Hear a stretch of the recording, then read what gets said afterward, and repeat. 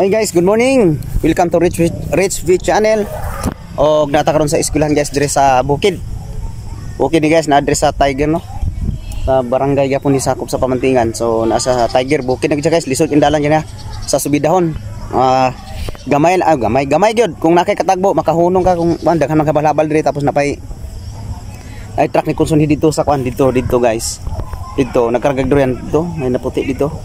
Dito natumba kay hubog daw ang driver tapos na yung mga kargador yan. So nabalintong daw ang kuan sakyanan kargador yan kay hubog ang driver. So walang magaling na driver basta lasing. So ayun guys, magkuan ta dre. Magdemo sa feeding guys sa dire sa mga estudyante. So kita na to ang palibot dire guys. So naata dulo sa kuan. Murag dulo tag langit. Tanawa guys ha. Oh, tanawa nga fogs guys. So dulo naman na siya guys dire sa eskwelahan. Yan. Mao ni siyang Tiger Elementary School. So doon lagi sa guys sa kuan.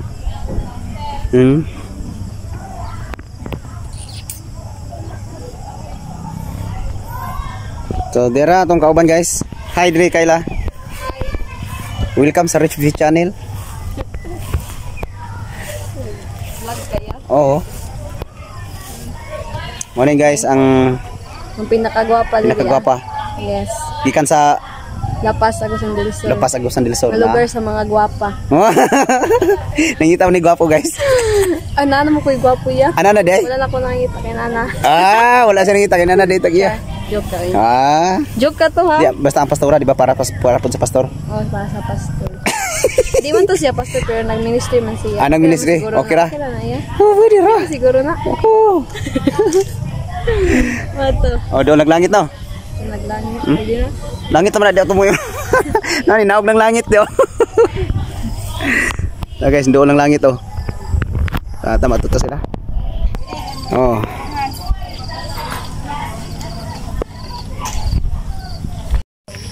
So, dire guys, nagkuan na si Migo, tubig. Tubig na para masulod ang tubig. Oh, meron. Nag-prepare og hose guys para ang tubig masulod na dito sa kusina. Yan oh. Na sila hugasan ng mga kamot. So, palibot guys na yung mga rubber tree. No? Gumahan. May tubig. Unang may ka na daw. May tubig si Gadre. Wala sang on off na. Wala. Agoy. Sa ubos-ubos gamay. Na sinasabi. Ito po, makaka-receive po kayo nito twice a week. So, 150 ml kada isang bata. Tama ba? So, ito po, minimix. Matamis po kasi ito. So, kunyari, naglagay ka sa baso. So, ganun po yung paglagay sa baso. Na, hindi mo na kailangan magsalin-salin pa. Kasi paglagay mo sa baso, magmimix na po siya. So, ito po, ito po ay gawa din po sa farm. No, ito po, meron po tayong sariling pasteurization doon po sa farm. So, wala po itong binutang na kung ano man. Pure po talaga ito na gatas. Nilagyan po lang ito ng chocolate, pero pure po ito na gatas. So, ito po ang maiinom ng inyong mga anak. Dito po sa dati sa umpisa po hindi nila magugustuhan kasi ang iba sensitive sa amoy, sa lasa. Sa umpisa lang po yon, pero dugay-dugay na panahon magustuhan po ng mga bata. Then ang advice po namin dito, pag binigay or ininom ng bata within 30 minutes or 15 to 30 minutes, wag pong iinom ng tubig. Lalo na kung first time nating iinumin to kasi ano yung tiyan ng mga bata. So, i-advise lang po natin na wag agad iinom ng tubig kapag binigyan po natin ng gatas. Ito din pong egg na ito ay small size din po ang aming nadala kasi yung po ang available. So, sa farm din po ito. No? Produce ng farm. Sa farm. So, kung gusto nyong bumili, mag-order. Pag nagdala ng deliver, pwede po. Araw galakat na dito, no? Mahirap po. So, ito po, sarili din po itong gawa. So, matibay po yung eggshell niya. Hindi agad-agad siya. At saka, ano po, daily harvest po ito. Hindi weekly, no? Daily harvest po ang egg sa farm. Okay. Aming chicken na dala. So, sa farm din po ito.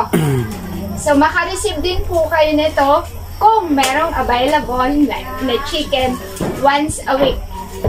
Pero kung wala po, egg and milk lang po ang aming ma-deliver sa inyo.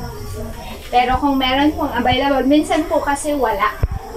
Pinapalaki pa kumbaga. Ito po. Okay. Ito po, magagawa po tayo ng patty ngayon. Kung napapansin ninyo, meron po itong bigas at sari-sari ang nakalagay sa loob. So, yung kulay brown, ihihiwalay po natin at pwede po yung gawin ng patty. And yung rice, yung po yung isisaing natin, itiga. So, ang gagawin po natin muna ngayon is adobo rice. No, yung adobo rice po, kung walang available na carrots, pwedeng kung ano lang yung gulay meron, like sitaw. Hindi kinakailangan bumili pa tayo sa baba, no, para ilagay po natin dahil yun ang sitabi. No, kung wala po, kasi may dala po kami ngayon na kaunti lang para pati pakita lang po namin sa inyo. So, pangalawa po, pwede po tayong magawa ng patty, adobo rice, arroz caldo. Siguro lahat naman kayo marunong magawa ng arroz caldo, no? Diba, kuya, no? So, pwedeng kung ano po ang meron sa paligid. No, kasi kunyari, twice or 3 times kaming magdala ng itlog or ano, yung 2 days na kulang, like wala, anong lutuin namin? Wala namang pang-ulam. May mana pa pero walang pang-ulam. So, doon po kayo mag-produce, like may gulay kayo. So, yun po yung ating, ano, gagawin. Kung ano po ang meron, no? Pwede po. Okay. Before po siya hiwain or i-chop-chop, kinakailangan pong hugasan muna lahat. Kasi, syempre, galing sa palengke, maraming humipong kamay, no, naghawak ang peragod, tapos ano, or kung dito naman din sa inyo, dahil pinitas mo lang, so hugasan pa rin po. Ang iiwasan po kasi natin dito ay yung magkasakit ang mga bata. No, baka sa pagluluto natin, no, is tayo ang maging dahilan, hindi yung pagkain. So, sa amin po, kahit sa bahay po ninyo, di ba? Hindi ka naman mag-prepare ng pagkain kung madumi yung kamay mo. Ikaw naman din yung kakain. So, i-practice lang po natin, no, yung ganong cleanliness po pagdating sa pagluluto. Kapsa. Adobo rice, moro ko Big rice. fried rice.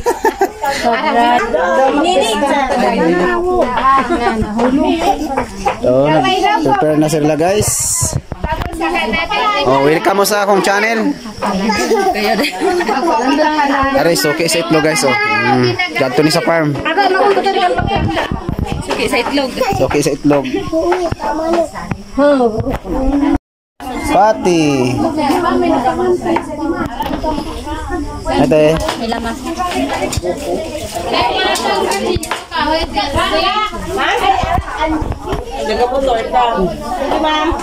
Ben, suko yun, debe. Ode. Moto, manso. Mas bani manok. Nadada yung sabongon. Oh, patad. Sampai mana halang mana yung pagis. Halang pati mo ka, dalang. Ben, sadalag na gano'n. Kaya mo man lang.